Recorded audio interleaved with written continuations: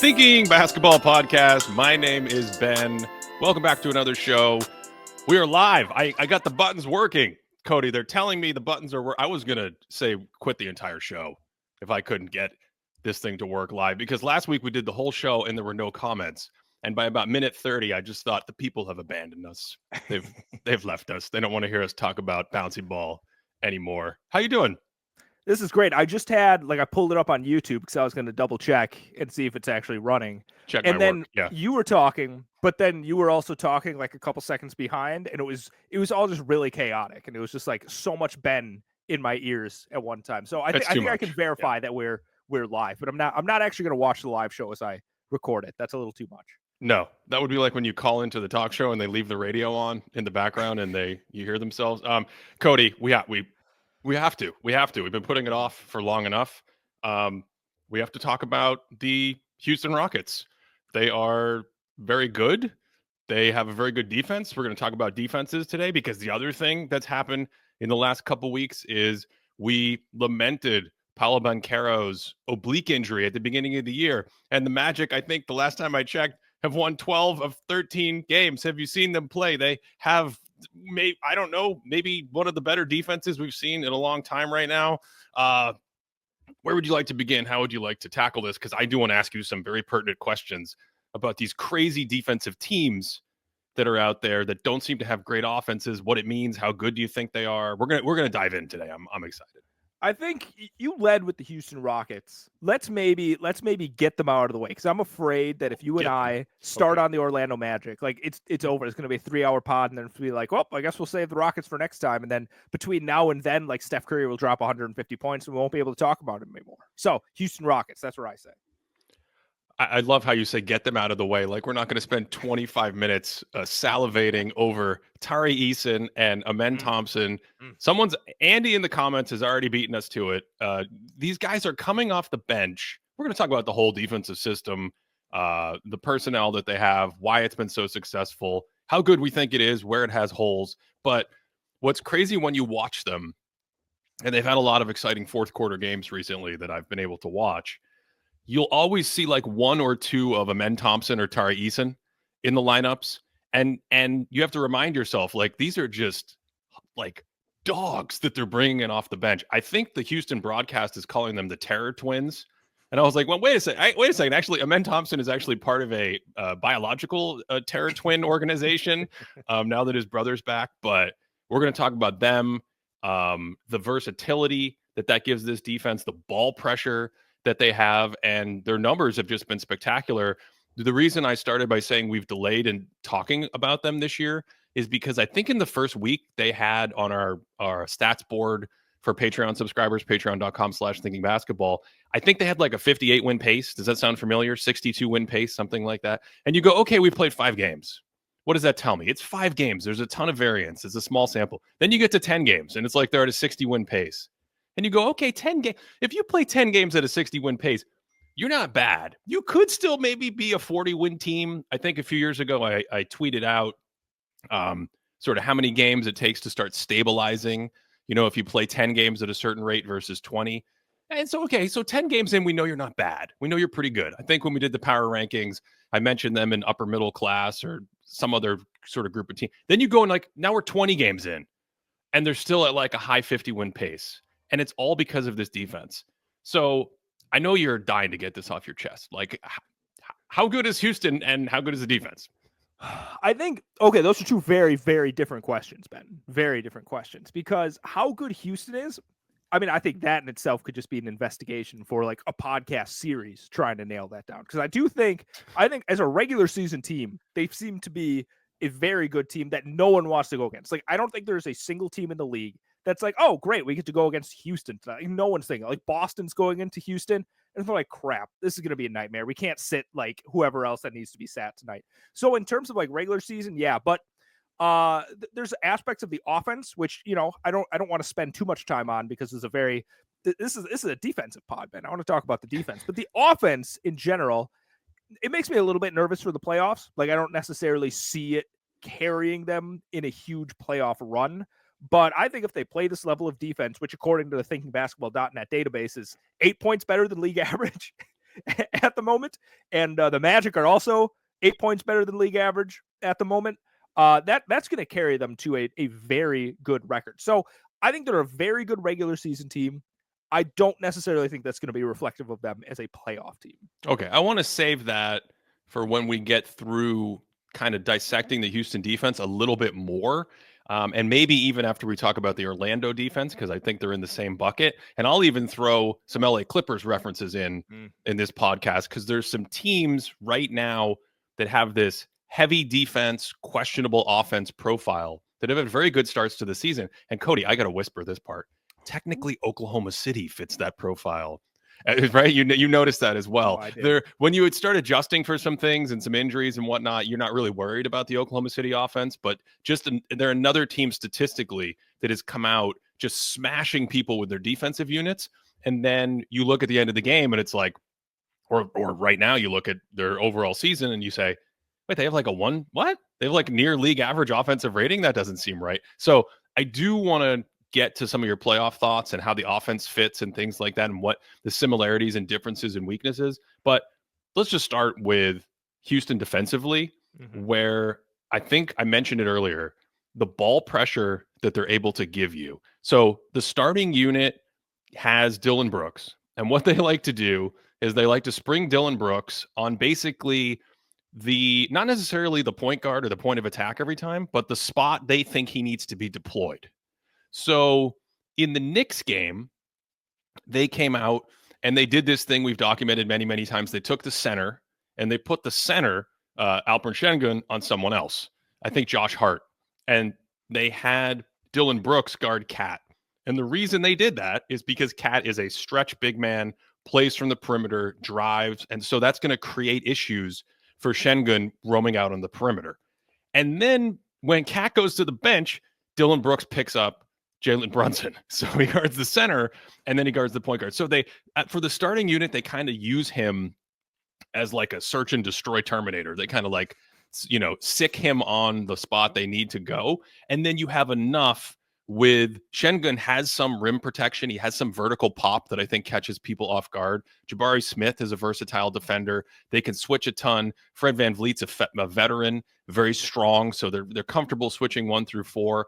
And the last part before I, spend 10 minutes just going over their scheme is like, they will be very active and then help a ton in the paint and shrink the floor and all this stuff. And so even before you get to the bench dogs, the Terror Twins, it creates a difficult environment. As you said, I first noticed it when Golden State came in there and they had this huge comeback. And it was just like a grind, very physical, getting the ball across half court. There's a team that I think has benefited, Ime Udoka's team here, from the rule changes, allowing more physicality, allowing more contact on vertical plays, allowing contact on reach-ins if the contact is incidental, because these guys swarm you, they hawk you, and it's a very high floor to start with, I think, for the ceiling for them. Well, you start talking about Dillon Brooks, and it feels like this is some like little pop science type of thing right here, little psychologizing from the bench. But Dillon Brooks is one of those guys that like loves being like a hardcore defender. Like it is his identity. He's like, I'm going to go out there and I'm going to be rough with you. And I think that particular identity like puts him into a special bucket of defensive players where I don't necessarily think he's the best perimeter defender in the league, but the fact that he carries himself like he is the best perimeter defender in the league, like lends itself to being just that much more valuable to him. Like you said, he's up to take on any one of those kinds of tasks. I'm glad you brought up the shrinking the floor. I was thinking about it. It was they were playing Milwaukee. They were playing Milwaukee recently. I think it was actually the game where, honestly, Milwaukee won by 1. Damian Lillard gets into the paint, scores a game-winning layup. The Rockets should have won that game. Like that was theirs to lose, and they straight up lost it. And they missed so many open shots. They gave up a lot of opportunities. But something defensively that I noticed is they were giving up the switch to Giannis. It was really interesting. Whenever there was a Giannis pick and roll, they just straight up gave up the switch. And then someone on the back end would immediately overload that strong side, right? And I think the Bucks were able to get them at least once. Like Brook makes this really great baseline cut from the weak corner, gets a dunk out of it. But in general, like that was just the whole strategy. It's like, oh, Fred VanVleet's going to end up on Giannis. That's totally fine. Here comes Dylan Brooks. Here comes Alperen Sengun. Whoever it is going to be hanging about by the paint. We're just going to close it all up for you and make it really claustrophobic for Giannis down low there. And I thought that was a really effective strategy, but that's definitely the way that they're going. Is they're like, you can come in here, but Fred VanVleet, he's got excellent hands. Amen Thompson, obviously we'll talk about him a lot more. Excellent. All these guys are just ready to rip you if you bring it down. And also, if you're going to try and be physical, all these guys are ready for it. Like, they'll take the physicality. So that's just, thinking about the Timberwolves game too. Julius Randle, like the thing I was thinking of, it's like he's just driving into a hornet's nest down there, right? It's just wasps everywhere. He was getting so frustrated with every drive that he was taking. And man, that's not a fun team to play if you are a player that thrives off physicality, because defensively they want to be physical with you. Yeah, we're just streaming a few clips if you're watching along on the live stream with some of these things that Cody's talking about. And this play in the Bucks game where they start with Amen Thompson on Dame Lillard, and then you can just switch it to Tari Eason on Dame Lillard, and you don't really lose anything. And, they're well positioned in the paint. They're always going to have extra guys ready to help. Just incredible block by Amen Thompson, because Amen Thompson, Tari Eason, Jabari Smith, all of these guys will come out of nowhere. And this goes back to shrinking the floor and kind of overloading and cheating the floor. Someone in the comments said it reminded them a little of what Golden State likes to do defensively in the last few years. And I think that's part of the success, but also they're really athletic. Like, Amen Thompson is just from another, he's engineered in a lab, just like his brother athletically. And so these guys are always in positions where they can get to places quickly. They can recover quickly. And I do almost feel like at times there's like overhelping. They're almost risking overhelping, but it's not easy to punish. And it's not easy to punish because, one, the ball defender is usually so engaged and physical, and the ball pressure disrupts the ball handler. And two, they're long and fast off ball. So you have a tight window to punish an overhelp. There's a couple plays, I'll try to pull them up, Cody, when you respond here, where you get like double blocks. That's how much helping there is. Like, two guys will get a block on the same play, but it's not easy for teams to take advantage of it. And I think it creates a lot of chaos. And you're talking about some rim protection, getting blocks, double blocking, and stuff like that. Let's stay with the starting lineup for just a second and talk about Alperen Sengun, because I think there's been a couple articles I've seen. I wish I could find this play that you're streaming right now. Sorry if this is really disjointed for anyone that's listening without video, but like live ball, that's the peel switch that's going on, right? Is bringing it up. I think Brooks comes off him. Someone else comes and defends. Jalen Brunson defends him at the paint. Just unbelievable stuff. Like, being able to do that on the move. There's the peel switch right there. It's unbelievable just being able to do that against somebody so quick and shifty like Jalen Brunson. And they do that a ton, right? So this goes back to, I think, Udoka in Boston. And an interesting tangent to this whole conversation is, in Boston, he found a way to leverage Rob Williams and keep him close to the basket. Now he's building a defense around sort of a guy who has weaknesses in Sengun, mobility weaknesses, but he has some strengths, and I think you were about to go into them. Yeah, so I'm interested in him because it sounds like Udoka was really emphasizing getting him to be the rim protector for the team, like keeping him near the basket, really taking advantage of the fact that he's quite long, can get vertical very quickly, good at ball targeting in that situation. But if you go back to basically every season he's been in the league, he's, according to Basketball Index, right, he's contesting about 9 to 10-ish shots per 75 possessions at the rim, right? Like, there's no huge dip. There's no huge jump. Like, this year he has contesting just a little bit more than usual, but it's the rim defense that we're seeing, the change in field goal percentage at the rim for his opponents. He's seen a massive spike. I mean, he's always kept his opponents below what they usually shoot. But this year it's gone from a season best 4.7 points worse for them to 8.5 points worse for the offensive player that's driving into him.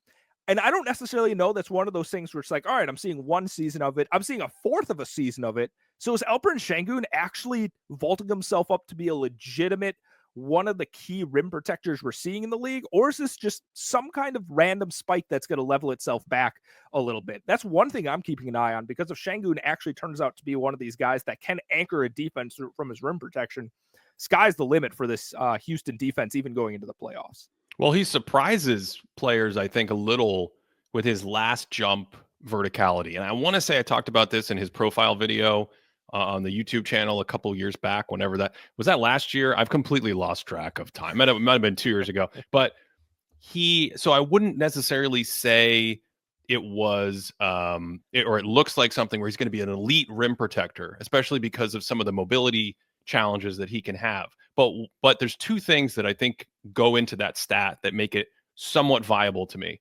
One, he does catch people off guard with his vertical pop on a little two-footed jump at the last second, either with a contest or a block. He gets a lot of people that you wouldn't expect. And two, as you said, Cody, the team is putting him in a better position. And a lot of those stats that you see are context dependent on your teammates. So when you have Jabari Smith sitting right there, when you have, Amen Thompson coming in the rear view and putting that extra pressure on the ball handler, it's going to help those stats a little bit. So I do think there's been some improvement from Sengun in that area that certainly helped them.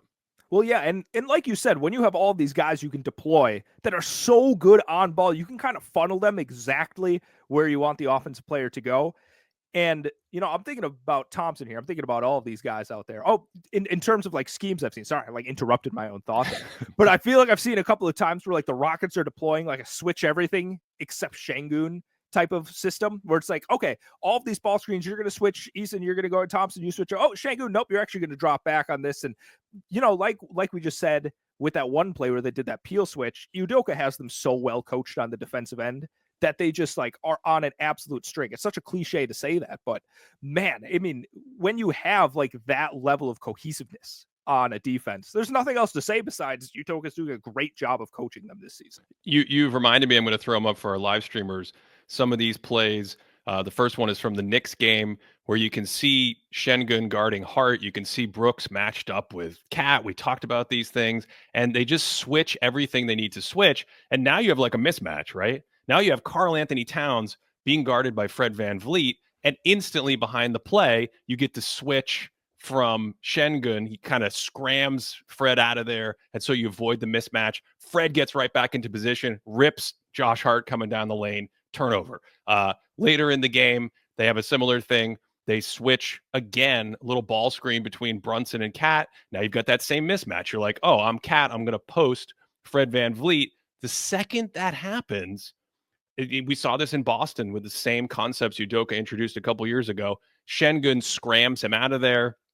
They don't get any mismatch. Fred VanVleet does a great job recovering to the ball. They're all so coordinated. They're all in sync. And then you're left with one of these swarming possessions at the rim. Cat throws up a hook and a miss. Just a lot of good stuff. And I think the last play that I wanted to get to was this clutch possession. You mentioned the Bucks game. The game that, yes, they probably should have won that game, Cody, because if you remember, the final play of the game was an inbounds play where the Rockets were down by 1 point with 2 seconds left. And they drew up a play that completely befuddled the Bucks defense in an epic manner. 2 players accidentally ran to the corner shooter. Giannis did not realize 2 Bucks defenders ran to the corner shooter. He sprints out to the 3-point line, leaving Alperen Sengun, and Alpe's under the hoop, and between the pass and his coordination, drops the ball for a layup with 1 second left, or they would have lost the game. This is like a minute earlier. Bucks trying to get an offensive possession going, and you can just see the switch everything. Every single one of these actions, they switch. Sengun is not on the court, so they're switching 1 through 5. They get nowhere, and the final shot on the possession is Giannis with how many rockets around him, Cody? 3 rockets around him because they just swarm on everything. Tari Eason loves to come from the weak side and swarm guys. This is what you're talking about, and it's given them statistically one of the best defenses in the NBA after like 20-something games. Going back for a second, she brought up that Fred VanVleet play where Alperen Sengun comes and scram switches him out of there. But what's so great about Fred VanVleet, and this is a guy who I think for a guard is a good defender, right? I think a couple of years ago, there were some people that were trying to, light a little fire under the Fred VanVleet is actually a all defense type of guard. I was never quite there. I do like his defense, but I don't think he's quite at that level. But something that play that you showed really, really elucidates for him is that he's immediately able to just like turn and he sprints to the nail. He knows Josh Hart's going to be cutting there at the nail, and he's physical. He's a strong guy. He's sturdy. He knows he's not a vertically athletic individual, right? So he uses his strength to get there, and then his hands. He's so good at stripping players, especially when they have the back to him because they think that they can take advantage of a Fred VanVleet matchup. And he just masterfully takes control of that. of that possession. So I think that highlights what Fred VanVleet does just so well in the defensive end. But that other play you're showing with the Bucks, the flexibility of the bench then. Like I was just talking about Sengun as a rim protector. But when you go to the bench then, and you don't have Sengun out there, you don't have Steven Adams out there, right? I mean, you could basically run any defense you want with them. Like they don't have a traditional rim protector in that lineup.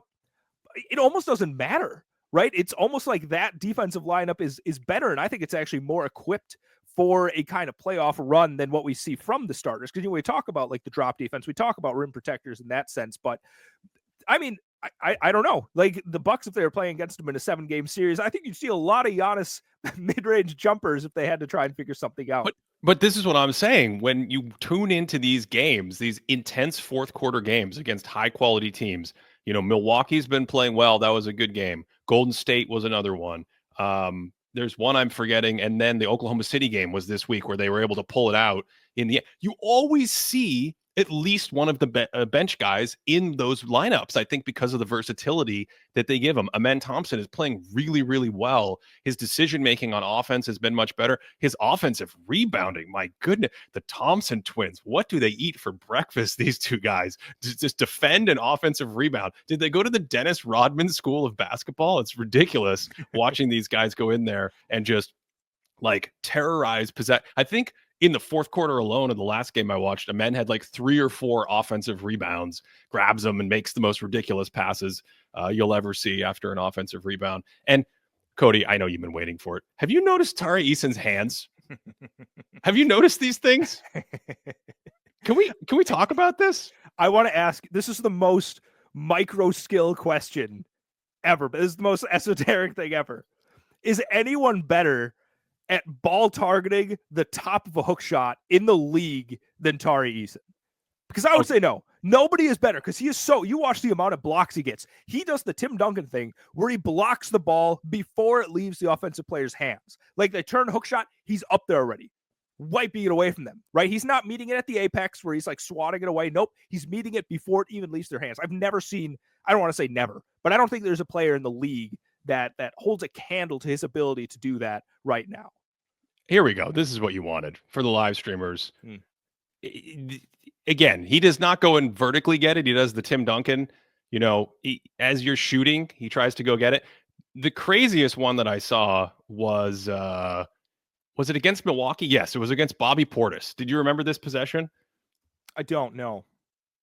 I thought I had it in this package. I apologize. I'm ruining the technology today.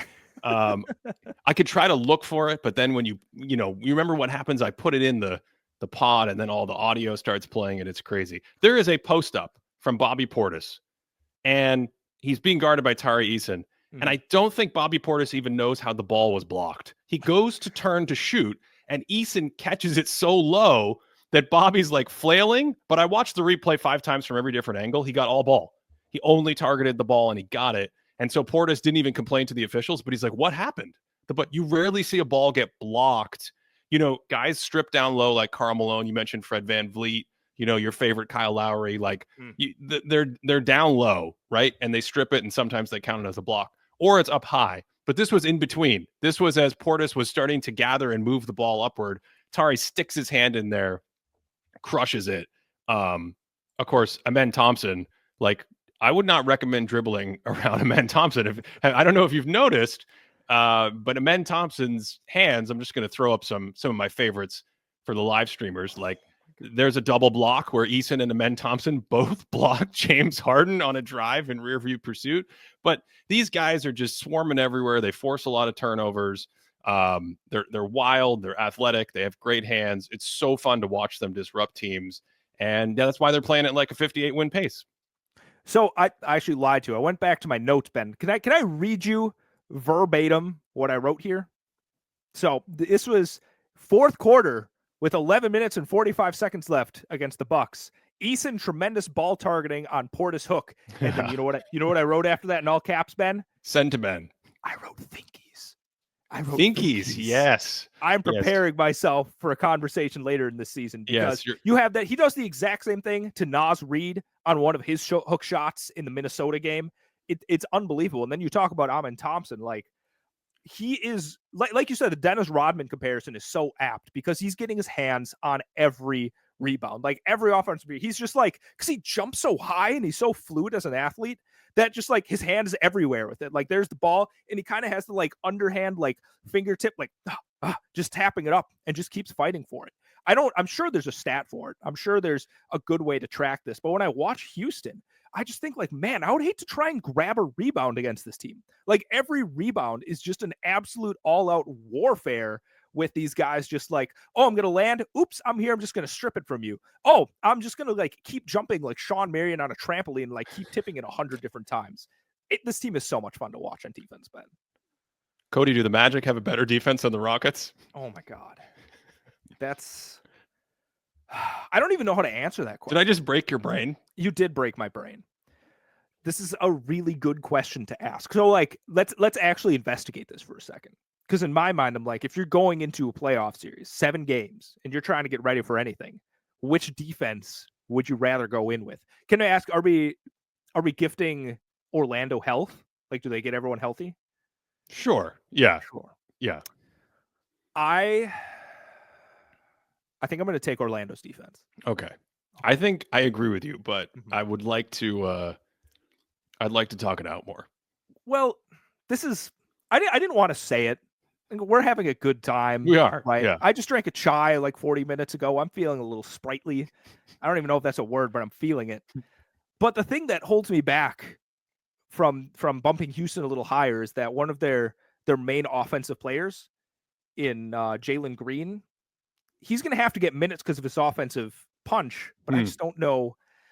I don't know if there's a weak link to the defense. I think he's it. But well, he's I think have to get minutes. I think an interesting thing that differentiates them in my mind is when I watch Houston, there are times and there are possessions where I feel like you can attack weaknesses and you can say, and we should probably pull the numbers up, but maybe the samples are so small it doesn't even matter. So we can wait a little bit longer. But you say like, hey, they ended up with Jalen Green and Alpi Sengun in the pick and roll or handoff action and some space around them because the other defenders were on shooters. Or if you're Dylan Brooks, if he's on a star, there's a lot of gravity there. He'll face guard the star. And you see like a breakdown because, again, Alpi, you don't want to stretch him out to the perimeter with his mobility. And so then you turn on Orlando. And I ask you very sincerely, where is the defensive weakness on Orlando? Is there ever one on the court? It's ridiculous how many good defenders that they have. And yes, we probably will for the people watching live. We'll throw up some Jalen Suggs highlights or something. But like, where's the weakness, Cody? There's always somebody making a good play. It feels like defensively for them. I guess. Like, are you forcing me? Do I have to pick somebody? I'm curious as a philosophical question. You know, you had your chai. Maybe I should have a beverage or something and relax. How do you attack the Orlando defense? Because I do think when you get to a certain level defensively, we can say, okay, you're 4 points better than the league. You're 6 points better than the league. That's really, really good. You're 7 or 8 points better than the league. Now you're in like all-time great territory.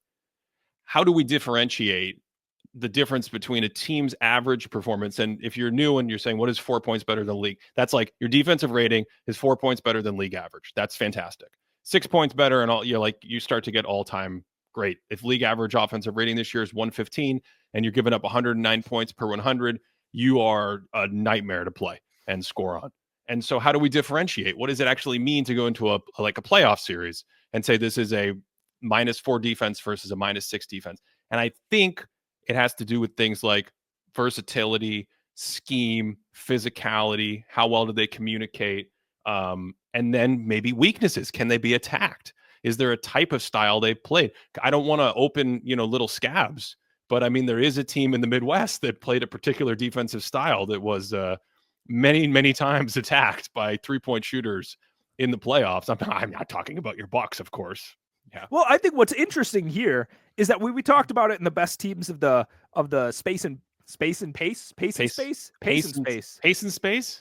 pace and space era. I think that's what it's Find called. The two words and make it space space era. Yeah. The space age. It's the space age. So in 2020, I think that's actually when Milwaukee posted the best defense. And when they had Eric Bledsoe, their regular season defenses looked the best. But when they got Drew Holiday and the regular season defenses dip a little bit, I think they experimented with a little bit more defensive schemes to prepare for the playoffs. And I think it actually made them a better defensive team. So I think it's always tough to look at the regular season numbers themselves and say this is going to directly translate into a great playoff defense.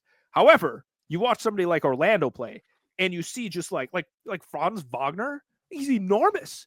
And then Paolo Banchero, I mean, he hasn't played in however many games. He's even bigger, right?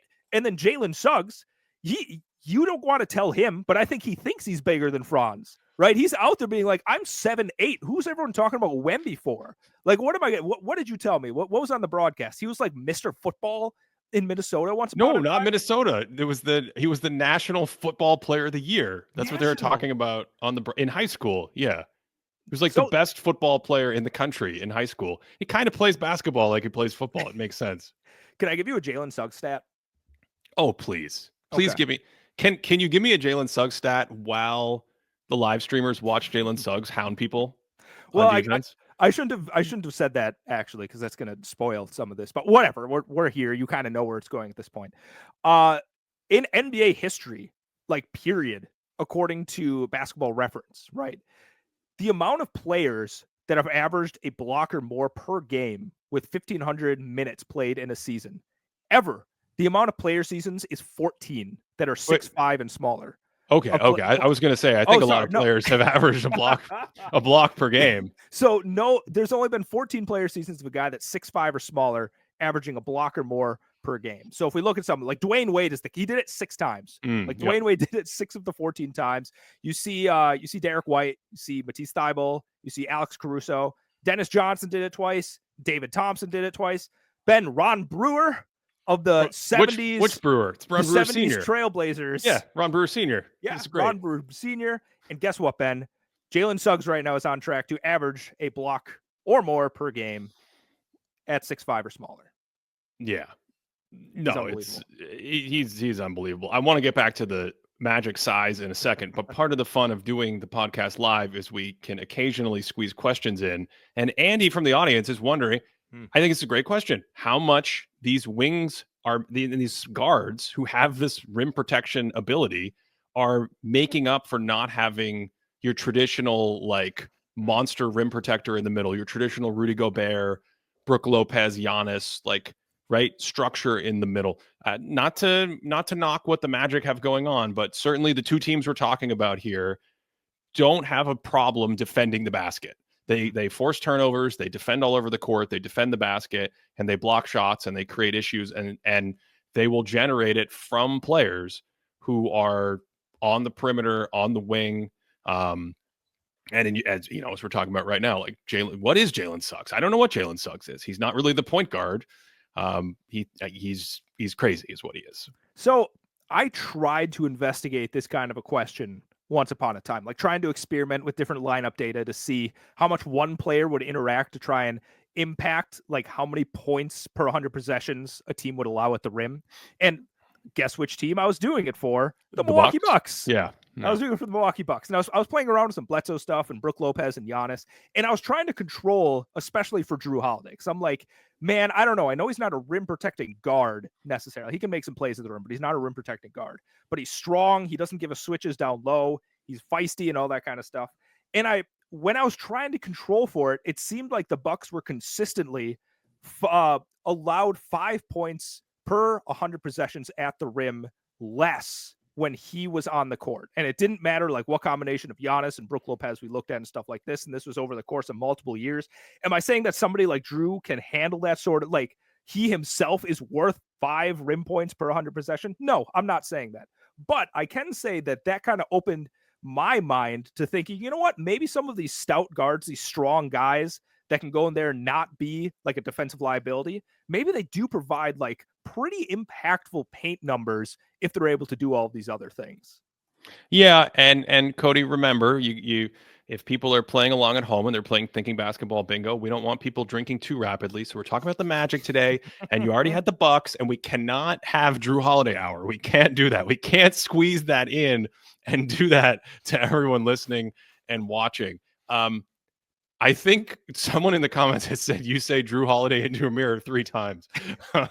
I That's how I prepare for every podcast. or maybe they were doing it and it got you to say Drew Holiday. They didn't, the magic of belief. Look, does that mean that Drew Holiday himself has to block the shots? No, or any guard or Suggs or any of these guys. The thing we're talking about with both these defenses today, and the OKC City Thunder have this thing, is when your guys are really active, high motor, swarming around, and they rotate, just getting into that position. I think the Celtics backcourt does this so well. Just rotating into position to stop and deter passes and drives at the basket will help your rim protection numbers, right? It will bring down the volume of shots that a team gets at the basket. And then you add the sexy rear view block or the highlight contest and transition where some 6'4" guard gets up and blocks it. So I think it all kind of goes together in that sense where they do. And then the last piece, of course, is just containing the ball, right? If you're a good point of attack defender and you don't allow breakdowns, the ball's not going to touch the paint as much. So I think it all plays off each other. Yeah.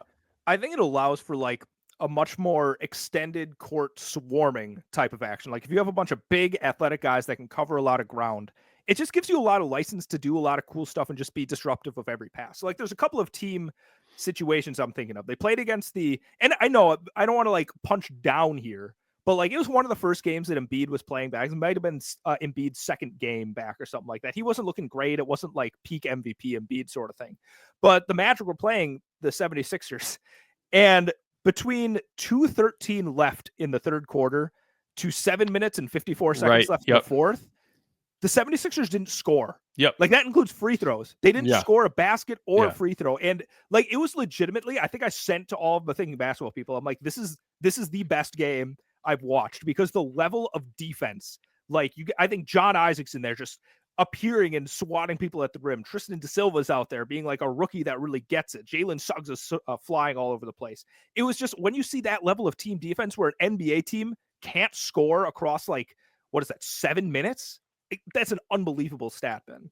Yeah, and I think to be fair, and this goes back to what I was saying about sort of playoff matchups, Philadelphia that night did not have a very good offense. No. But you go from night to night and you watch the team, the bottom half of the NBA play these defenses, and they just don't have a chance. They just need really hot shooting games and, some Shaden Sharp, Anthony Simons. They need one of those guys to just get going on ball.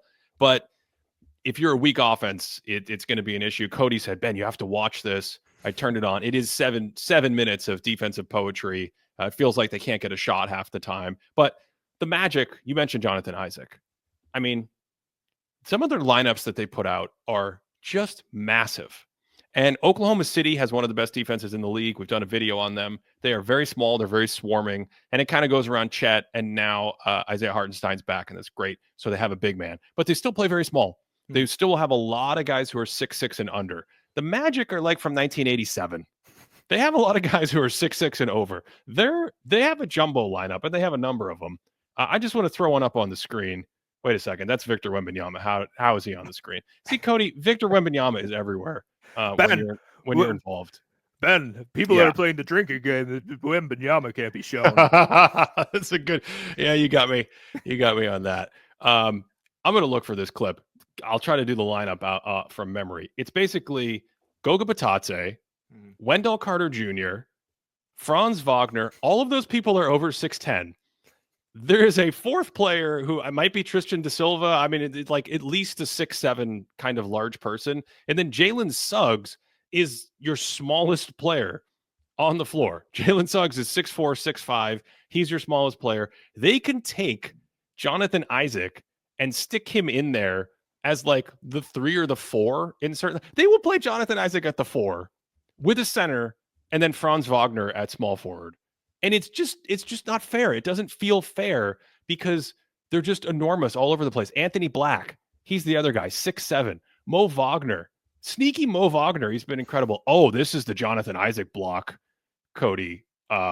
where it doesn't even make sense. Jonathan Isaac is in pick and roll. He's dropping and he gets around like his man is trying to seal him, and he gets around his man to try to contest the shot from James Harden. Who is that? Kevin Porter Jr. That was the Clipper passing the ball, and then somehow turns around and blocks the shot at the rim. I mean, this doesn't even make any sense. This is their backup, like 3, 4, 5. They can play him as a big as a center in a small ball lineup where they're never really that small because Franz Wagner's out there. Franz Wagner's a really good defender. Cody, where is the defensive weakness? Are they the best defense? Well, okay. You can't ask me that yet. We got to talk about a couple other things. So the thing about Isaac, he's in the Wembanyama category where it's just like the defense is so good because the impossible plays per 100 possessions is so much higher than everyone else. Like you show that kind of play. There's another play. They're playing against the Orlando Magic are playing against the Pistons. I said the whole name because I was trying to stall for like an extra half a second while I scrolled here.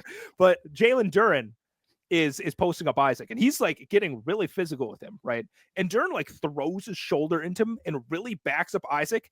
And Duren goes up to throw it down, and Isaac just like jumps up and meets him at the apex and throws it back. So he's like, even though he's not necessarily a strong player, like it doesn't matter because his recovery ability, like we just saw on that play where Kevin Porter Jr. like wraps it around and Isaac meets the guy at the apex. Like he just makes impossible plays like that. And then going to that Clippers game, but this is a game that you sent to me and you're like, this is the most you game ever. This is like November 20th or something like that. So I'm sitting here watching a game from Clippers Magic.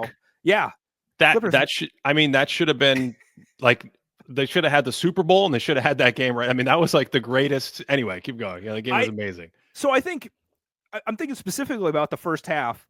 I don't know if I've ever seen a team play the passing lanes more ferociously than Orlando did. And I know the Clippers, like beyond like James Harden's out there, and I'm pretty sure he's the only like above average passer in most of those Clippers lineups, but like they couldn't make a pass. Like it looked like a middle school team trying to do like passing drills, like blindfolded. Like it was unreal. Like guys were just jumping everywhere and getting stripped and someone's making a play over here. It's that if you want to go back and just watch how to play the passing lanes like an absolute monster, go watch this Clippers game between the Magic and Clippers. That's what everyone's going to do for the rest of the day. They're going to finish this podcast and they're going to find a way to watch November 20th, Clippers and Magic. That is definitely going to happen. Listen, in all seriousness, Cody, we, as you know, we adjust for Patreon subscribers, shot luck, 3-point shooting luck, things like that. Who'd you play? What kind of offense did you play? When we look at adjusted defense right now,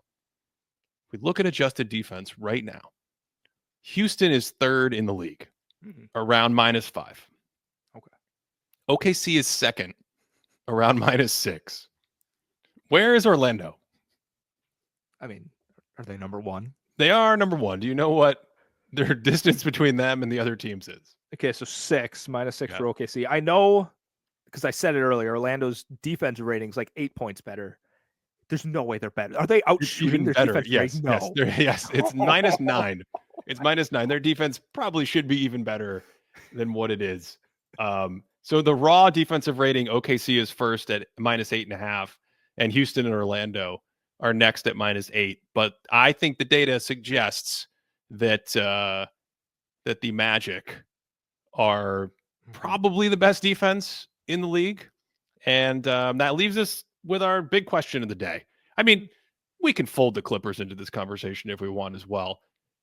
How good can you be if you are a really good defense, but maybe not like an all-time great defense, right? Maybe you can be an all-time great defense. I don't know. But if you're a really good defense and basically a below average offense, how good can you be? Can you actually make a conference finals or an NBA finals that way? Historically, it doesn't look good, I think. I'll get you some numbers in a second, but I want to ask you about these teams because all these teams have the same profile of being really good defensively, maybe even great defensively. And then you watch them and you're like, man, sometimes getting buckets is hard. Sometimes it's tricky getting buckets. So the first team that I think, first of all, we didn't even say KCP's name. KCP's a favorite on. I mean, it seems like he doesn't know how to shoot unless he's playing with LeBron or Jokic, but defensively, he's a terror out there. The first team, I think, like the Timberwolves, like made the conference finals last year, and they seem to fit that profile of a very good defensive team, probably a little bit below average. However, Ben, it did seem like a lot of that run was predicated on like Anthony Edwards going so strong that people were leading ESPN with like, is this Michael Jordan? Like legitimately, that was like a leading headline for things. Like I was freaking out about him for like a period of time. And then like that wore off, and all of a sudden the magic was kind of gone. Not the Orlando Magic, but like the magic of Anthony Edwards. So I don't know, because maybe I'm a little lower on that actual run, and of course I'm lower on them this year.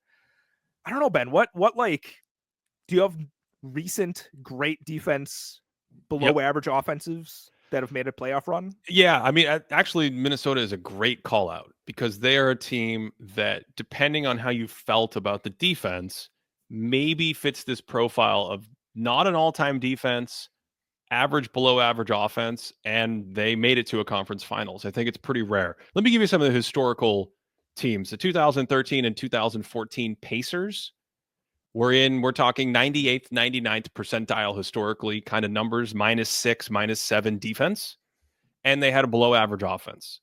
And of course, in the Eastern Conference, that team was able to make the conference finals. Before that, Cody, the 2004 Pistons, they won the NBA championship because I mean, really, I think the Pistons and maybe even one of the 80s Bad Boys Pistons, maybe the only team, some of the rarest examples in the 3-point era of a team winning a championship with a below average offense. So in that sense, if you go back 20 years, you can have like, well, if we have one of the greatest defenses ever, we don't really need a great offense. But to the point earlier, when you get into the playoffs, I don't know if any of these teams qualify as like being that good defensively. I think Orlando is interesting because they have come out of the gate just playing unbelievable defense, and their whole roster is great defensively. But then you really have to wonder what happens to the ability to score in the playoffs for a Magic team that already right now has a below average offense. They've won 12 of 13 games. I think the schedule's been kind of soft in that stretch, but you have a below average offense coming out of that. You get into the postseason, it's going to get a lot harder. It's just a fascinating thing for me to think about, where we've got the Magic built like this, we have the Rockets built like this. I think you can throw the Clippers as a kind of a lesser version. Clippers are interesting because they can at least go to like James Harden ball, which has a lot of merits in terms of floor raising on offense. But I've stalled long enough. I mean, how do you feel about this? Well, I mean, I like the Pacers shout out. I like the Pistons shout out, but like both of those it's like a completely different era. Like I don't even feel like you can look at teams like that and say that, oh, these guys did it in 2004. We can do it now. It's just a completely different game. Like Ben Wallace is not walking through that door as much as I would love that. Like Ben Wallace, don't at me. Ben Wallace could play in any era. He'd be an MVP candidate if he played right now. Like just don't come at me with any numbers. That's just a fact, right? Let's get Ben Wallace on this Magic team. But you're right. Like I'm even thinking of, let's see, a championship recently, like the 2020 Lakers, for instance. They didn't have a below average offense, but like, it was a fine offense. But again, you have LeBron James on your team. Like that changes it changes it just a little bit more. And then you look at the Magic, and if you look at the top 12 guys on their minutes per game, only one of them is shooting over 35% from three. Right. So it's not even the fact of like who's going to like create a lot of these shots, who's going to like move the ball around or whatever else. Because obviously I think France and Banchero are good at driving, moving the ball, but no one can make a shot. Right. This is just not a good shooting team. And when you think about how a team could scheme against that, like it could be a real nightmare for them in the playoffs if teams are just like, what if we just help off everybody? What if we don't defend any? Let's just play like a 5-circle zone against the Magic and see what they're able to do. You know what I'm saying? Like you could just do some weird stuff against them. I just don't know. Both the Rockets and the Magic, I'm not high on a playoff run because of the offensive part of it. Whose offense do you like better? If Banchero is healthy, probably the Magic's. Okay. I should say that our board right now pegs these teams in similar ballparks in terms of overall quality. So, maybe that's a slightly better offense for Houston. I think one thing Houston has going for them offensively is Sengun is like in that area of an all-star candidate, right? As an offensive player. That's his thing. He's tried to add a little bit of the 3-point shot, right? But short roll game. Why, Cody? Why are you being so negative? Why are you being so negative? Not being negative. He's expanding his horizons. You know what happens when his defender sees him going out to the 3 and shooting? He lets him shoot. They turn and face the basket. Yeah. Like, all right, great, rebound time. Well, wait a second. Hasn't he made some of these? What is he? He's shooting like 29% or something like that. Like, I thought he was a sub 30, and I thought he has been a sub 30. Really? Like, I think this is the thing. Even if you're right, like, you're so dead on. Like long 26%. Yeah, he can't shoot. No. Yeah. Well, Jonathan Isaac's a better shooter than Sengun. Yeah. Okay. So maybe from inside 15 feet and the passing, and some of the offensive rebounding and roll game, and just in these close games down the stretch, he's got some fun toughness. You know, the Rockets team has some fun toughness, and it comes out on offense. Fred VanVleet is a veteran who can, he has some pull-up shooting and can do things. And you mentioned Jalen Green. Jalen Green obviously has everyone knows this, of course. Science has studied it. He has a nuclear engine in his tailbone that allows him to explode at high speeds, and he can shoot. So there's something there. I don't know if I, look at their offense and say, God, I love this is the most revolutionary offense. The offensive sets that Ime is running is making up for the just heavy defensive talent out there. I wouldn't say that, but I also wouldn't knock it. I do think they play pretty well together. And Orlando, on the other hand, Orlando has right now with Banchero out, it's basically one guy. It's basically one guy trying to stir the drink, and that one guy we'll have more to say on Franz Wagner in the near future, I believe. But Franz, who's a very, very good player, if you look at him, it screams 03, a classic third offensive piece to me on a great team. You get him as your second best player offensively, which is probably the structure they're going to have when Banchero comes back, and you're going to have an okay offense. It's hard to have a really good offense, I think, that way, unless you have a ton of other great pieces around them offensively. And Cody, I don't know if you've listened to the last 40 minutes of this show, but Orlando just fills the court with defensive players. They don't even worry about trying to score. Kentavious Caldwell-Pope used to be he's like, is LeBron James on the court? I'm a 42% three-point shooter. Is Nikola Jokic on the court? I'm a 42% three-point shooter. Wait a second. Who's on Jalen Suggs is on the court? I am a 22% three-point shooter. Looking at Franz, I think this is really interesting because if you compare the minutes that he played without Banchero last year to how he is this year, it's actually a pretty similar profile. I think his usage is a little bit up from last year, but he scores almost the exact same amount of points per 75. He's actually a little less efficient by true shooting percentage than last year. I think the assists bump up just a little bit more. It's a nice, healthy little bump. So I wonder if that's a show of development. But like you said, he takes this lead role, and it's pretty clear that Franz is not a primary offensive guy, right? Like you said, but primed for to be an 03 kind of connector type of guy, which he's very, very good at. And he's just a little, probably a lot overtasked at this point. Can I ask you maybe a reductive question that this is going to hurt, Ben? This is going to be a tough question for you to answer, I think. Okay. I mean, we've almost reached the point in the show where we have to do a Terminator 2 analysis, but yes, go ahead. Terminator 2. We got some movies we could talk about, Ben. So I'm looking at a lot of guys on this Magic roster that I like. And like I said, this might be a little reductive because teams could play more than 8 players. But we go into the playoffs and the Magic have to play an 8, maybe 9-man rotation. Who's making that rotation for you if they're healthy? Jalen Suggs. Absolutely. Kentavious Caldwell-Pope. Okay. Franz Wagner. Mo Wagner. Ooh. Absolute. Wait a second. You wouldn't have Mo Wagner in there? Well, I'm interested in how big you want to go, Mo over Goga. Mo Wagner is a sneaky good player, Cody. Can we just get this out of the way? He is a sneaky good player. He's a great bench player. He's a solid defender.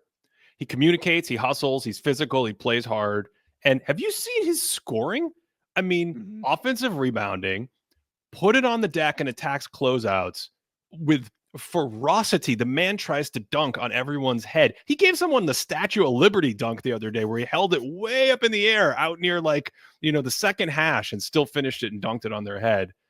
Solid defensive player, communicates, protects the rim. It's so fun watching the 2-man game between the brothers when Franz and Mo have it on the empty side and Franz can dime up Mo for a dunk, and one of them just starts screaming, and the other one just runs back with the just total quiet, relaxed German face as he comes back down the court. I don't know if that's a thing. If anyone's listening in Germany, hello, thank you for listening. No, Mo Wagner, Cody. I have a fun stat for you. Give it to me. Okay, do you know this already? No. Okay, I don't think. There are 12 players in the NBA right now, averaging 24 points per 75 possessions on at least 5% true shooting, better than the league. Okay. Plus 5% true shooting, 24 points per 75 possessions. Those 12 players are Nikola Jokic, Giannis Antetokounmpo, Karl Anthony Towns, Darius Garland, Anthony Davis, Kyrie Irving, Stephen Curry, Jaren Jackson Jr., Tyler Hero, Kevin Durant, Norm Powell, and Moritz Wagner of the Orlando Magic. I rest my case. I'm done. Yeah, but you left out the key part here. He's not Goga. Like, I don't know. You said all those good things. I think Goga is just like, he's maybe the most underrated defensive player in the league, period. Like, we talk about the starters and the bigs with the Rockets and Sengun being a drop big. Goga is so flexible on defense, right? He's a great shot blocker. He's so long, but he's also like really agile. Like, he can get out on the perimeter, and you kind of can play like the super flexible defensive lineups that you can't play with Sengun because he's just like so much more mobile out in space. I don't know. I think that's, if they're going to go into the playoffs and they're all healthy, and all of a sudden you're like, man, we have Wendell Carter Jr., we have Goga Batadze, we have Mo Wagner. I don't know. Are you really going to have three bigs like that into your playoff rotation? Like, I'm just saying, there's going to be some really tough conversations to be had with this Magic team. Why not just play them all? I guess that's the question I have. I think Goga is actually on the chopping block in the rotation before Mo Wagner. Yeah, because the offense, Cody, it's an offensive issue. It's not just a one-way issue. Yeah. Right? Yeah. So I think John Isaac, of course, is there with just like insane defense. Wendell Carter Jr. is there. Tristan Da Silva is an interesting question, right? Just because he's a rookie, and just because what happens when Gary Harris and KCP and Franz and Banchero are there. So it sounds like you're worried about depth. I'm not worried about depth. Anthony Black is a name we haven't mentioned. How many am I up to? Am I up to 11 players in the rotation? Ben, I'm worried about negative depth. I'm worried about which guys you're not going to play. That's my concern. They're too deep. That's a great problem to have. They're too deep. They're too deep. And what? You're not going to play Anthony Black? You're not going to play Tristan Da Silva? Oh, right. Like, Cole Anthony's already not playing. Free Cole Anthony. Like, I'm not even saying I'm mad, but I love Cole Anthony. He should be, send him over to Milwaukee. Milwaukee could use somebody like Cole Anthony out there. Like, I don't want him buried on this bench. Can I ask you a big one before we get out of here? Absolutely. Would you rather be one of these all defensive teams? Or would you rather be one of the all offensive teams? And right now, let me say there's two. I'll say there's two. I'm sure we could statistically squeeze in some more. But the Los Angeles Lakers have a very good offense. And as I've told you before, and I've whispered, the defense, I do not trust in the defense. The defense is no bueno. It has some issues. That's one team. And then there's a more extreme version, which is a better team, the New York Knicks.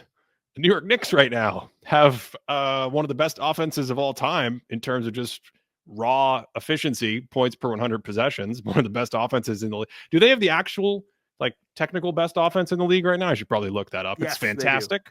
They do? Yes. It's 8.9 points better than league average. Yeah, it's ridiculous. They're about 9 points better than league average on offense. They think they're a Steve Nash offense over there.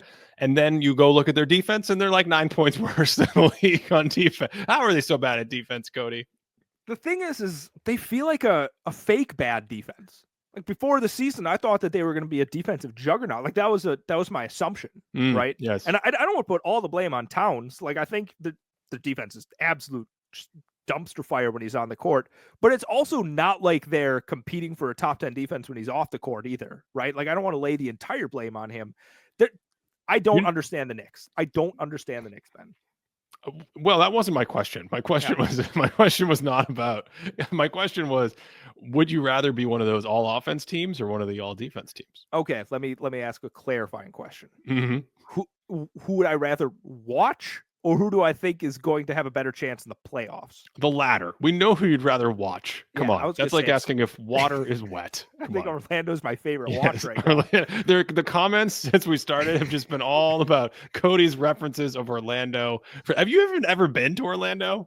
No, not at all. Amazing. Not at all. Absolutely amazing. What is there to do in Orlando? There's You there's a go to theme park. Yes, you go to Disney World and then you visit the restaurants and other establishments associated with the periphery of Disney World. That's what you do in Orlando. I could go down there for some seafood. I'm a big seafood guy, and I feel like it'd be pretty solid down there. Anyway, if we're going into the playoffs, like this, it's kind of cheating.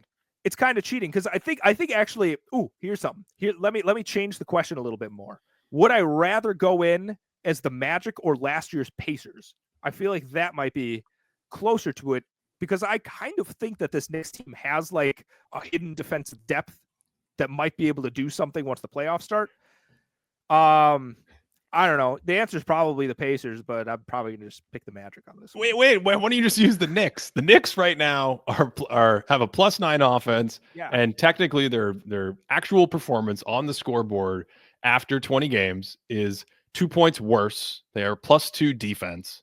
That is, I think, a much more applicable version than trying to go back to last year's Pacers. Would you rather be the Knicks or one of the, let's say Houston or Orlando? I don't believe it. I don't believe those numbers. This is what I was saying with like the So Bucks earlier. So you don't, in other words, this is hilarious. This is when we know we have to end the show. You're saying you refuse to accept right now that the Knicks are a great offense and a subpar defense. That's exactly. It's like the Bucks team from earlier, right? The Drew best. Holiday Bucks were better defensive teams despite the regular season numbers being different. I just think fundamentally the Knicks are just a better team. They're just a better team than the Magic. So obviously I'm going to pick the better team.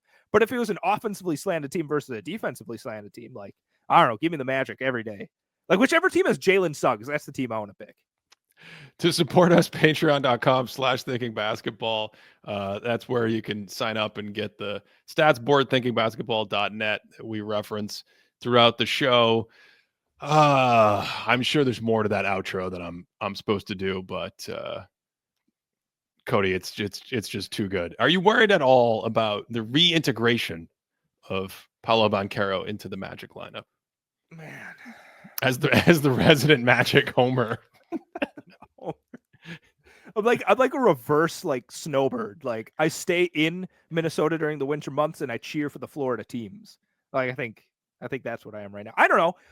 Actually, no. I thought Paolo started the season looking really good, and I want to see him continue that trend. So I'm not. It's going to be rocky. Like I think statistically they might look a little bit worse when he comes back.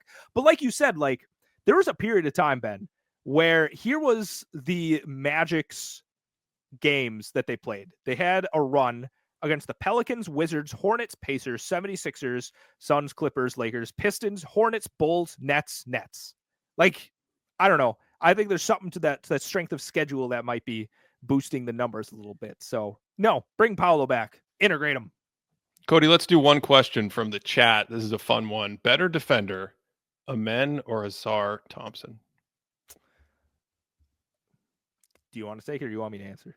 I think Azar, but of course there's a ... involved in the answer because we have to see if he can get back to where he was last year. I think he's playing like a couple minutes at a time in the last week since he's come back, and Amen has just been fantastic to start the year. So I think the from what I've seen, Azar looks a little better. Like the ceiling's a little higher. The shell has a little bit more capacity for insanity. But it's a to be determined because we have to see what's going on. One of them is in a holding period and the other one is trending up. Yeah, I like that. I thought last year's rookies that Azar was better, but again, we haven't seen this much Azar obviously this year. You made a video. Whoever asked that, you should go. I don't know if you've seen the Thinking Basketball video about it from last year, but I think you were basically like, we've never seen a rookie like come out here like this before. Well, but the thing is, the physical tools that Azar has as a cheat code, the way he recovers, the way he moves his body, the burst off his toes and things like that, the quick leaping. I mean, these things are just like right out of the Matrix. his brother has like 95% of them. I mean, it's the same genetic lottery.